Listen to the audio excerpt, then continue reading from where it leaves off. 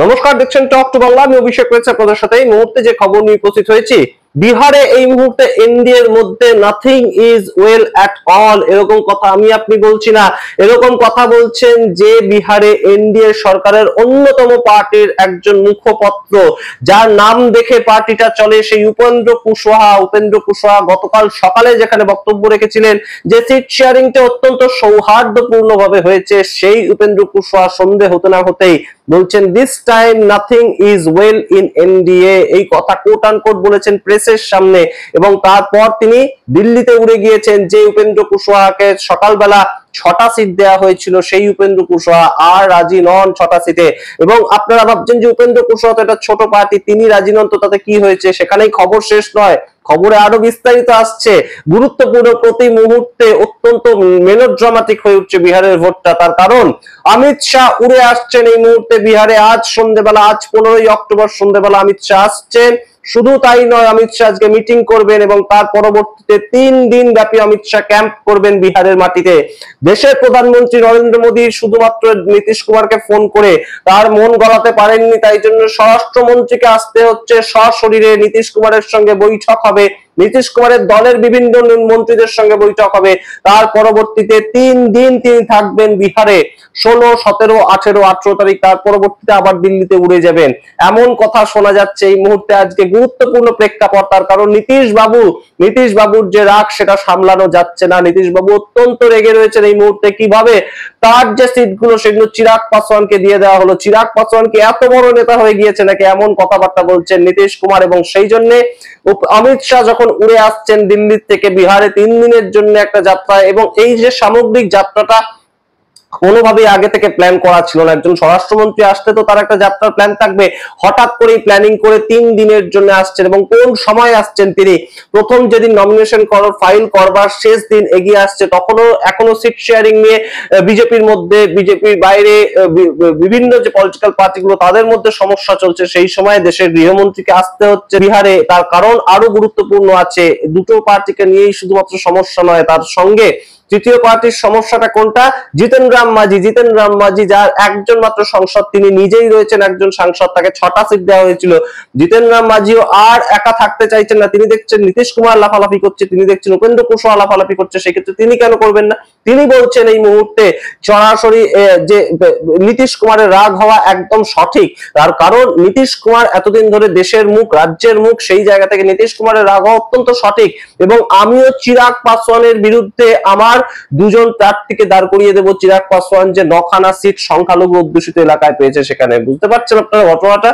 নীতিশ কুমার বলছেন আমি চিরাগ পাসওয়ানের এগেইনস্টে দাঁড় করাবো নিজের প্রার্থী। জিতেন রাম মাঝি বলছেন আমি চিরাগ পাসওয়ানের এগেইনস্টে দাঁড় করাবো প্রার্থী।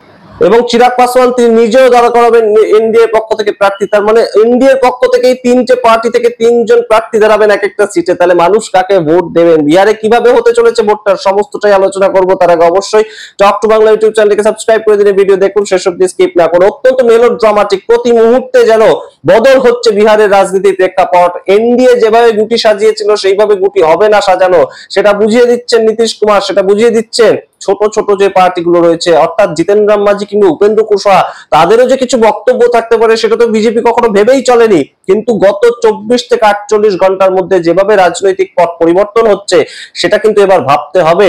সেটা ভাবতে হবে দেশের প্রধানমন্ত্রীকে, সেটা ভাবতে হবে দেশের স্বরাষ্ট্রমন্ত্রীকে। কারণ বিজেপির যে কোনো ক্ষমতায় নেই, বিজেপির যে কোনো ভূমিকাই নেই বিহারে, সেটা কিন্তু এই মুহূর্তে বুঝতে পারছে, হারে হারে একদম টের পাচ্ছে এই মুহূর্তে অমিত শাহ। তাই জন্য 3 দিন ব্যাপী সফরে তাকে আসতে হচ্ছে, এবং উপেন্দ্র কুশওয়াহা তাকে ডেকে পাঠাতে হচ্ছে দিল্লিতে যাওয়ার আগে তিনি বিমানবন্দরে দাঁড়িয়ে বলছেন যে this time nothing is well in NDA. এবং এই কথা বলার মাধ্যমে কিন্তু কোথাও গিয়ে সিট শেয়ারিং, সেটাকেই সরাসরি ইঙ্গিত করতে চাইছেন তিনি। এবং একটা তার যে বক্তব্যটা সরাসরি উঠে আসছে সেখান থেকে, উপেন্দ্র কুশওয়াহা তার একটা ভোট ব্যাংক রয়েছে, 6টা থেকে 7টা আসন, এর বেশি তাকে দিলে যেমন তিনি পারবেন না, সেটা তিনিও জানেন এবং অমিত শাহ জানেন। এবং সেই জায়গা থেকে উপেন্দ্র কুশওয়াহা এবং জিতেন রাম মাঝিকে 6টা থেকে বাড়িয়ে 7টা করে আসন দেওয়া হবে।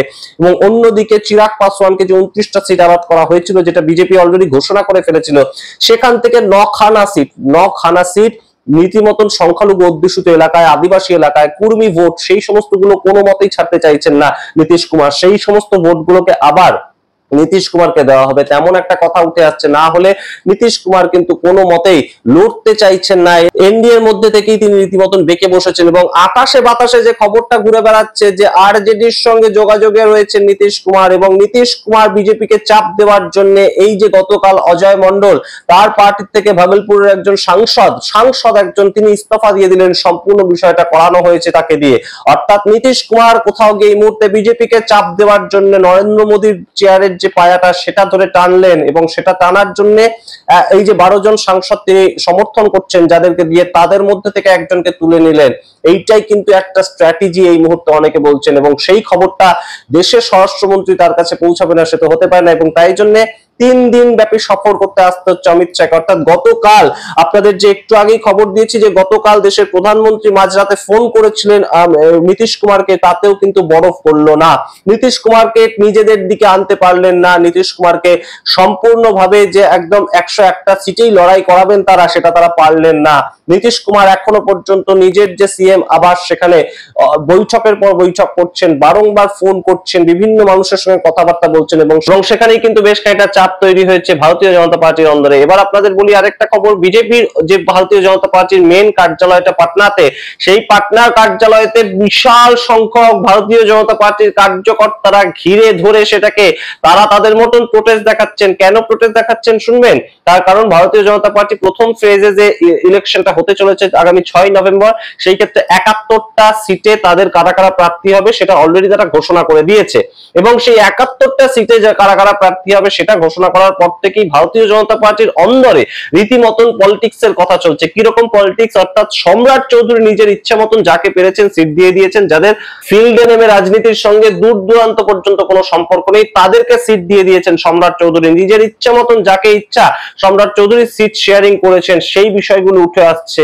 অর্থাৎ ভারতীয় জনতা পার্টির মধ্যেই একটা দ্বন্দ্বের ছবি দেখা যাচ্ছে, যেটা মেটাতেও আসতে হবে অবশ্যই এই মুহূর্তে অমিত শাহকে। তার কারণ সম্রাট চৌধুরীর উপরে কথা বলতে পারলে অমিত শাহের উপরে নিশ্চয়ই ভারতীয় জনতা পার্টির কার্যকর্তারা কথা বলতে পারবেন না, সেরকম একটা প্রেক্ষাপট হতে পারে। কিন্তু তার উপরেও কথা বলার মতন মানুষ বিহারে যে রয়েছেন সেটা অমিত শাহ জানেন, তিনি আর কেউ নয়, তিনি নীতিশ কুমার। তার কারণ নীতিশ কুমার নিজের কনফিডেন্সে নিজে চলছেন। নীতিশ কুমার নিজের যে ভোটটা, পকেট ভোটটা, কুর্মী ভোটটা, আদিবাসী সম্প্রদায়ের ভোটটা, এবং তার যে জাতিগত ভোটটা, নীতিশ কুমার নিজেও একজন পিছিয়ে পড়া জাতি সম্প্রদায়ের মানুষ, সেই হিসেবে তার যে ভোটটা সেগুলোকেও কিন্তু তিনি সাথে নিয়ে চলছেন। এবং সেই ভোটগুলো যে নীতিশ কুমার এনডিএ ছেড়ে বেরিয়ে গেলে কোনোভাবেই ভারতীয় জনতা পার্টি জয় করতে পারবে না, সেটা কিন্তু নীতিশ কুমার জানেন, এবং অবশ্যই তার সঙ্গে জানেন অমিত শাহ। তাই জন্য অমিত শাহ আসছেন 3 দিনের জন্য, এবং দেখা যাক এই মুহূর্তে উপেন্দ্র কুশওয়াহা যেটা বলছেন যে this time nothing is well in NDA, সেটা কতটা একদম সরাসরি ওয়েল করতে পারেন অমিত শাহ।